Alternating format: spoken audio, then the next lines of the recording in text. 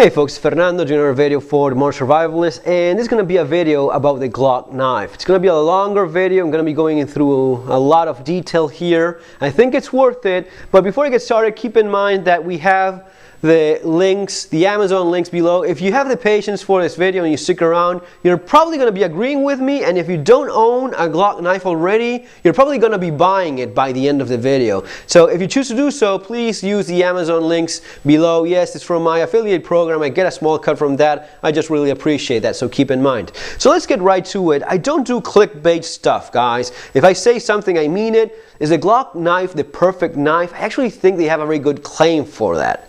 And no, I know it's a little bit bald, but if you think about it, what have we said all along about the Glock pistol?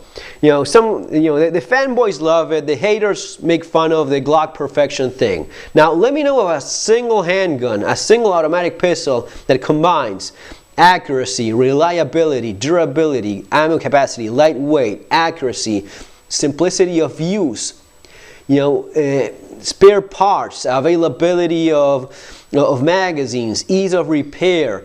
There's no other gun that combines all of those as well as the Glock does, and that's why this is the most successful auto-loading pistol as of right now, the most prevalent one, especially among firearm experts in their field. Okay, that's why this is as successful as the Glock is. Something similar goes on with the Glock knife, and that's interestingly enough because unlike many Colt, Smith & Wesson and such, these are gun companies. They put their name on different knives. Glock started with knives. This is the Glock field knife model 78. This came before the pistol, the Glock 17. And here is where we already see the genius of design and the use of this injected plastic that Glock has been using all along. This is where the true genius first became visible. And Gaston Glock had a small plastic company making curtain rings and such, and he landed a good deal with the Austrian Ministry of Defense, or whatever it's called over there, so as to make these knives. These are made in Austria, right? That's another thing to keep in mind. These aren't made in China things. So he got this contract for these Bayonet knives, and during one of those visits to the Ministry of Defense, he overheard a conversation of a contract for a pistol. And he overheard that and said, can I get into that as well? Is it open for anyone? Of course, they laughed at him. The thing is, a year later, Gaston Glock had a pistol ready to offer. He won the contract, and the rest is history. But this is where it all got started. So let's get right to it. 12 points that I think make my point as of why this may be indeed that Goldilocks type of knife where it's just about good or even very good at pretty much everything it's trying to do. Number one, cutting. Does the knife cut? If the knife does not cut, then it just doesn't work. A knife is a cutting tool. So does it cut? One of the complaints, especially with the earlier models, and this I've seen myself very many years ago, the first Glock knife that I picked up wasn't actually very sharp. And guys, I'll be going through different points here, talking about different knives, explaining things better. So I think this video will indeed be worth it. So stick around. Number one, does the knife cut? Yeah, it absolutely does. This is the original edge as it came. The other model, this is the model 78 field knife. That's the survival knife. The only difference is the serrations, and this is model 81. This is the survival knife, serrations, field knife, straight back. So yeah, it is, as it came, it is actually razor sharp. You really cannot ask for a lot more than that. And in fact, many knives, and I've talked about this before, that are far more expensive do not come as sharp, nearly as sharp as this one comes. It is actually, as I was saying, razor sharp. You can shave with the factory edge in this one. That one was not as sharp. I had to touch it up a little bit so as to get it, razor sharp. But this one was as it came just now. Number 2, fit and finish. Again, sometimes knives are not as well finished, or they don't have as good fitting as these knives, as our knives. And not the case here. Again, at first the earlier models were a little bit more crude, so as to put it some way. Not here. Look at these bevels. Can you appreciate that? I've read some people complaining about the tip not being... No, not the case anymore. If it was that way sometimes, not anymore. Needle points. And again, not always the case. Many knives, very expensive ones, do not have this quality. And yeah, you have a little bit of a gap there, but that's no big deal. It's intended to be that way, and it doesn't affect the knife functionality in any way. I mean, check this one out. This is, just drop the mic there. This is one of the early cold steel knives. This is a cold steel, carbon fiber. This is early model, made in US. Check that out. You see how the edge does not come together in the same spot. You see how that's kind of like square? That's the kind of thing that can happen sometimes. Not the case here. So number 2, fit and finish in the knife is just about perfect. I mean, as much as you could possibly expect for a field, hard use type of knife. Number 3 is toughness, and here is where things start getting a little trickier. Okay, you can have a sharp knife, that's you would expect that. Toughness is something else. Toughness is not always found in knives. You have some very sharp knives that as soon as you start slamming on them, abusing them, knives usually will end up breaking, some faster than others. Toughness is something that I definitely want, especially in a survival knife. Many of these knives are very good and are not as tough as this one. And I'm going to be linking below to some of the torture tests videos by Nos. That guy made some great material. And one of the few knives that pretty much made it all the way throughout his torture test was the Glock knife. He ended up using it, for cutting, for chopping, for batoning. He ended up, blasting through cement blocks and bricks and using it as a chisel. At the end, he finally just wedged it and started jumping on the blade until he finally broke it, of course. And the model he was using was actually this one that is maybe a little bit less resilient for that kind of torture test because it has, some material removed there. I think this was the one, the Model 81 that he used for that torture test. But the point is, it is extremely tough. It's a kind of a knife you would say, yeah, it's kind of like a sharpened pry bar. I want that sharpened pry bar thing going on in my knife, right? So that is number 3. Number 4 would be blade geometry. Here we start getting a little bit more technical as of what a knife actually is, especially a field knife. The Glock knife was designed with input from the Austrian Special Forces. It is in many ways inheriting many things from the Zeitler 77 knife. And going back a little, without getting this too long, going back to the history of bayonets and such.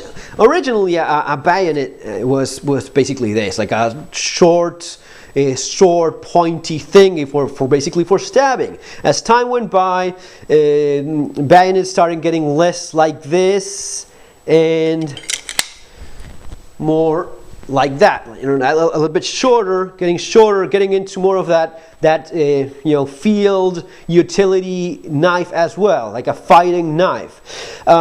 It eventually ended up being that what most experts found out to be the more successful blade geometry was something like this, which is just a sharp, pointy, stabby thingy. Very much what you find in an M4. An M7 Vietnam type of a fighting knife, bayonet. That's the kind of thing that experts pretty much agree on. Yeah, if you have to start stabbing it out, this is what you want. You want a narrow, pointy blade with a strong tip, and this tip is very strong.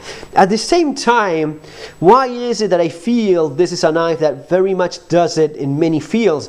It's this, because if you look at this and you look at these ones over here as well, you have somewhat of a same thing going on. A narrow blade that is just very sharp. Sure, the Mora clipper is sharper. No one's going to be arguing that. But this is sharp enough, and that's the point. This is going to be sharp enough for shaving. It's going to be cutting anything that I need to cut in terms of actual edge. Not going to be, it's not a perfect whittling knife, but you're going to be able to carve into wood as well, making feather sticks and such. Sure, again, not this, but close enough, right? And this is one of the most successful bushcrafting knives there is. It is, and the Mora clipper is on, classic. It's a Big Mac of bushcrafting knives. Just works very well.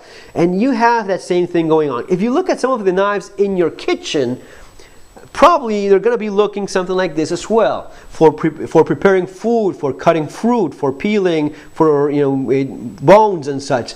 This is a kind of knife that's just handy and useful.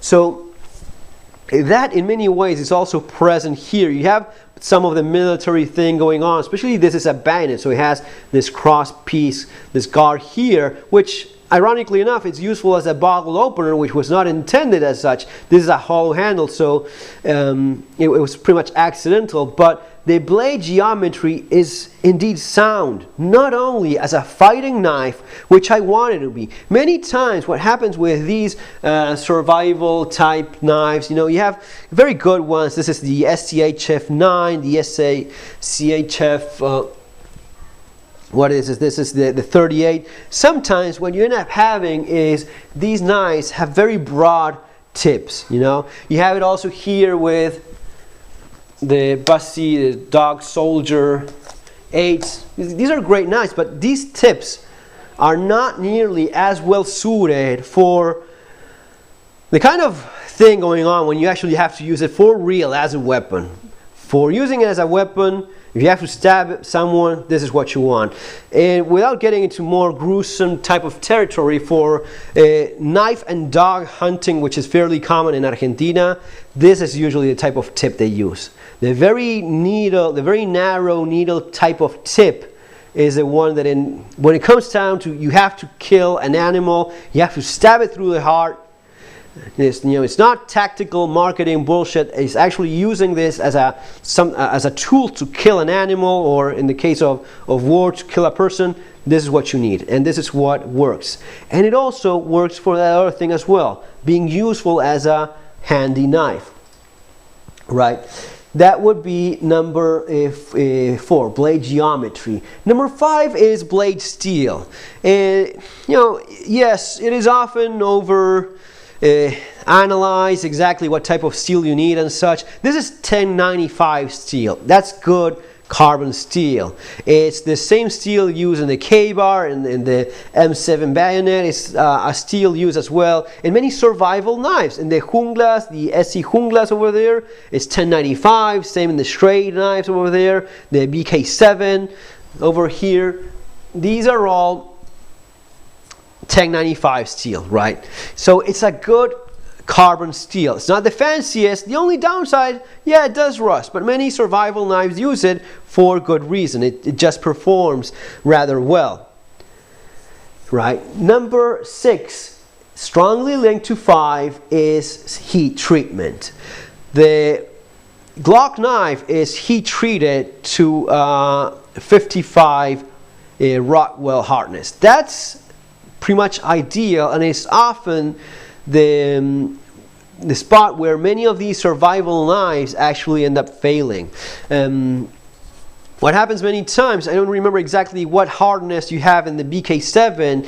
The Junglas, no doubt, the SC are hardened much closer to 58, 60. What happens when people get to that, and this has to do a lot with marketing.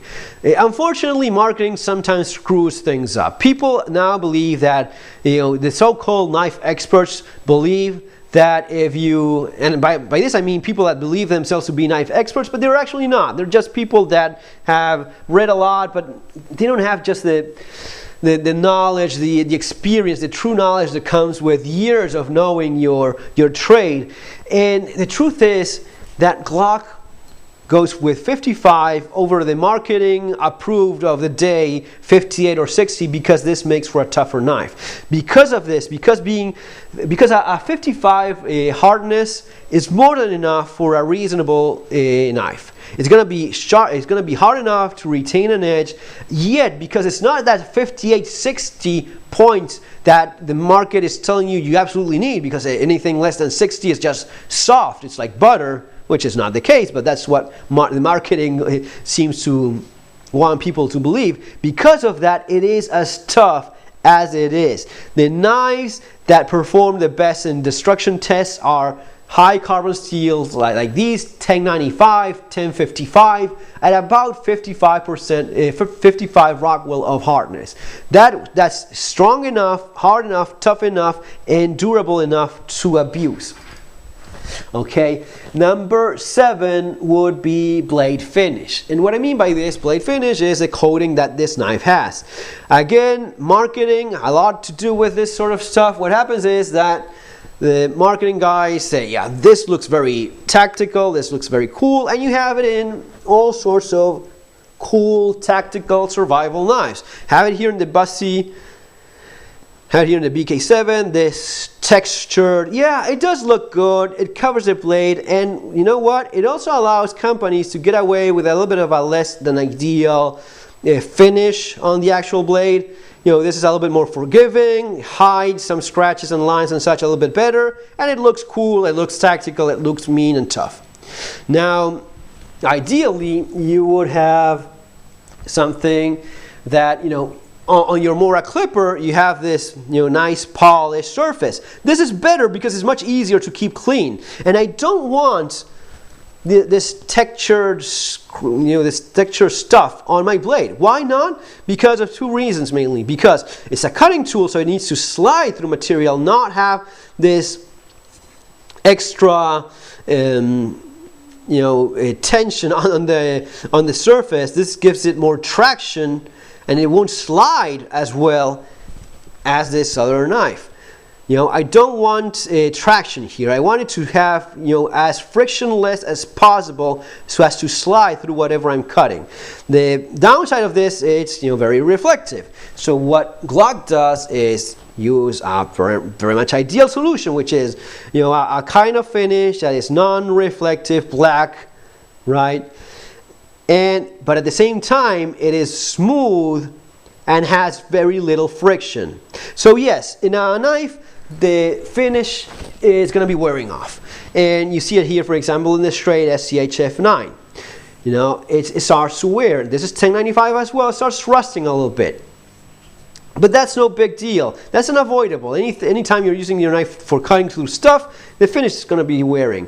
The SCHF9 actually has a nice finish, which is, you know, it's like, some very smooth surface. Now, when you have this kind of thing going on, what happens is, not only does it wear like it always does unavoidably, but you start gathering crap and gunk all over it. So it starts getting very dirty. It's not just about having more friction, it's about having spots where crap and stuff starts gathering all over your blade. If you're using this knife to prepare food, it's a nightmare. It's much harder to keep clean as well. In a survival knife, in a general use knife, I don't want that. I want something that is super smooth and clean, you know, easy to maintain. That's what I have in the Glock knife. All right. Number 8 is balance. All right. And again, getting a little bit more technical with the topic. It's a very narrow blade, but it's a long blade. You have 6.5 inches worth of knife. Right. Now, in a survival knife, okay, we're talking about these guys. We're talking about the bigger knives, the tougher, mean-looking blades, which I like as well. I like everyone else does. Right, sure. These knives, one of the advantages that have is that they chop well. The bigger knife is a chopper. Because for a survival knife, you want the chopper, you want the possibility of batoning. The Glock knife actually manages to do that as well. 6.5 inch length allows you to baton through some pretty decent pieces of wood. Now, one of the secrets of Glock is, actually that would be a little bit more of the .4 blade geometry, but here in .8 balance also comes in. The geometry of the blade is so that this is a narrow tang. Now we've been told time and again, and this is in fact true, that for a survival knife you want a full tang. You know, full tang here, full tang here. You always want to have a full tang in your survival knife. Well, Glock comes in and says, screw that, I'm going to be doing a half narrow tang, and I'm still going to be beating you all with this. And he does that. Why is that? Because it's a narrow tang that goes down here, but it's surrounded by Glock's excellent polymer. The same one he uses in his guns, he uses in the knife as well. And this makes for one of the toughest knives in the market. This narrow partial tang is still one of the toughest knives there is, beating many of those seemingly tougher full tang knives. Now remember, Clipper also narrow tang, just a lot less plastic, and the quality of the plastic is probably not nearly as good as in the Glock, right? But because of that, it's not only super tough, it also manages to have weight distributed in a way that this knife chops much better than it has any right to. It chops very well. It balances very well as well. One of the requirements was by the special forces guys in Austria was this had to be a throwing knife as well. And the Glock is very popular among knife throwers. It just balances beautifully about there in the center. This can be used as a throwing knife. Not many knives are intended for that kind of use. Balance is about there. If you grab it like this, because of all the weight being about right there and just little metal here, you can chop very well with it. And because of the spine being so wide, I think it's 5 millimeters, it's going to be batoning and wedging through wood very well too. Number 9, and this is what we were talking about before, the handle. Material, the same plastic used in the Glock pistol. Super tough, but also very well designed. It's a classic design for combat knives that simply works. Somewhat similar, again, to that, a little bit of a reminiscent of the K-bar in some ways, that swell in the middle. This swell allows different hands to adapt nicely, and you still have enough real estate. If you have even my hands are medium to large, I use large gloves, but if you have even a larger hand, you have a little bit more room there. So no matter how big your hand is, you're going to be getting a good solid grip. And knife handles are not always as easy to achieve. There you have the SC Junglas has a good classic machete handle. But other knives, sometimes with these things like that, these are potential hot spots when you're using the knife.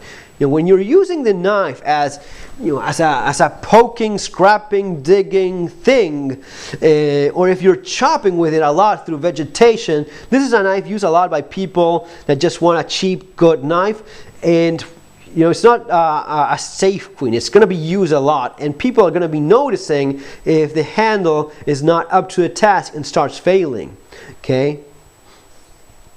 No, this is not the case. It's just good plastic, or polymer, or whatever it is, Glock calls it, and these grooves that it has allows for a good amount of retention as well. So it's going to be staying there in your hand and being comfortable throughout use. Number 10 would be weight. This knife weighs 7.1 ounces, 7.1, 7.2, depending on if it's the field knife or the survival knife. Super, super lightweight knives. Again, being as lightweight as it is, it really has no right being as tough as it is. Usually weight means, toughness, and I'm looking at these guys here, toughness means size and especially weight. Weight is the enemy of the foot soldier, the guy that's dragging a pack and guns and magazines and ammo and whatnot. He doesn't want a heavy knife. This is why this knife is as popular as it is. It's used by different military across the world, and I think some SEAL use it as well. I can perfectly see why a dedicated soldier or contractor would want a Glock knife being as light as it is. If you don't want a heavy knife and you still want something that is super tough, super durable, can put a good edge on, you can beat the crap out of and use as a prime poking thing without breaking, and in spite of all that, it is lightweight. You have it right here. That's the knife. That's the Glock knife. That's why it's as popular as it is with people that know what they want. With a knife this light, you know, you can put it in pretty much all sorts of packs, bug-out bags, survival kits, using it as a daily user knife without, you know, compromising on weight. Super lightweight knife. 11.11 is the sheath. The sheath is one of the main points that make the Glock knife as successful as it is. The genius of Gaston Glock in the way he designs stuff. How smart that guy is. Elemental, basic, effective, to the point. Everything you need, nothing that you don't. That's what defines the sheath in this knife. Look at all these knives. Look at all the sheaths. Some of them are better than others. You have the SC Junglas, has a great sheath. It's kind of big though. It's kind of lots of stuff going on. Look at the Aitor, whatever it's called, the Aitor Jungle King 2 knife. It has all this stuff going on. No, that's the opposite of this. This is elemental, simple, yet effective. Look at my Bussy knives. None of those two came with an actual sheath. Here, you have the sheath made of that same plastic used by Glock. And it just works. It keeps the knife safe. It has this belt loop that is for wide, broad belts. We'll adapt to that. And you can quickly attach it to it. Super tough. It's not going to be breaking. It's super lightweight as well. This is just thin enough so as to fit through MOLLE. So you can put it through a MOLLE and then attach it, a couple MOLLE here as well. You can put it in a backpack. You can put it in a vest. And it's not going to be going anywhere. It's going to be staying there. It has a drain hole, so no problems there. And it has this piece of Glock genius so as to retain the knife. No matter how much you shake it or pull it, it's not going to be coming off unless you actually want it to. And for that, you actually have to pull away from you, away from your body. That means that someone trying to grab your knife from away, he's not going to be able to take it out. You actually have to know, practice a little bit, and then it becomes second nature. You just grab the knife, you pull it off, just like so. Super easy. You know, it's a little bit of practice, but you're basically like kind of like grabbing the knife with your thumb, raising it a little bit, and that's just it. Now, if you don't know what you're doing, you're not going to be able to take that knife out. How smart is that? And then there's a lot of possibilities here. You can put a little bit of, you know, sandpaper, wrap it with some paracord just to make it a little bit more survival-ish, so to speak. But the sheath is fantastic. Finally, number 12, trying to wrap this up within half an hour, is price. These things are ridiculously cheap. I got mine for 25 bucks a piece with shipping included. I think that in Amazon right now, it's about that, you know, ballpark 30 bucks or so. You really cannot find a better knife for that money. These are very cheap, and these are not Taiwan, China made crap. This is Glock. This is made in Austria, all right? How awesome is that? I'm trying to get that to focus there. Made in Austria. Model 78, Model 81. These are fantastic knives. Not just for the money. These are fantastic knives, period. They don't look super tough. They don't look super big, but you have 6.5-inch blade, super stabby blade, so especially suited for defensive use, for fighting, for the real crappy stuff that sometimes knives we always think, you know, we may end up using. This is especially suited for that. At the same time, it's going to be cutting anything you need to cut. It's going to be taking an edge and holding it easily. 1095 carbon steel, properly heat treated, as tough as nails, sharp, pointy, lightweight, reasonable price. You cannot get anything better than that. If you have anything that you believe is better, let me know in the comment section. More than interested to know. Guys, there's a ton of knives. I love, as you probably understand, I love knives. I have a ton of them. And for different tasks and different stuff, there's knives better suited, bigger, heavier. They're smaller as well. If you don't like this sort of stuff, you have the smaller ones, and there's your favorite knife maker thing that he charges a couple $100 or half a thousand bucks for, or or more, or God knows what else. But when it comes down to it, the Glock of knives, in every sense of the word, is the Glock knife. Okay, guys? That's all for now. Remember to subscribe to the channel, hit that notification bell button, share. Take care. See you in our next video. Have a great day.